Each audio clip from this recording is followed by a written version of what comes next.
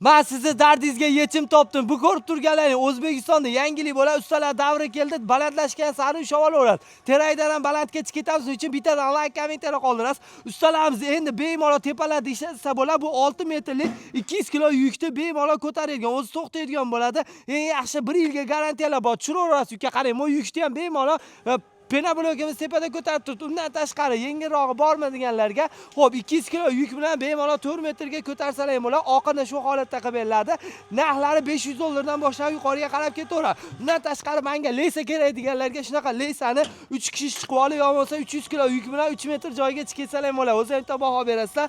1 yillik garantiyalar bilan qilib beriladi. Karalarimizni ham o'zimizdan xarid qilsalar ham bo'ladi. Endi Xitoyga yalinish hojati yo'q. Xitoydan olib keladigan bo'lsangiz ham qimmat, ham sifatsiz bo'ladi. Bu ko'rib turganlar 500 kilo yuk. Undan tashqari penablok biznesini boshlayman deganlarga ham chiroyli holatda qilinglar. $900 tikib turib bemalol $1,5 ming gacha daromad qilsalar bo'ladi. Bittadan like, Ravshan medalni sanay qilinglar.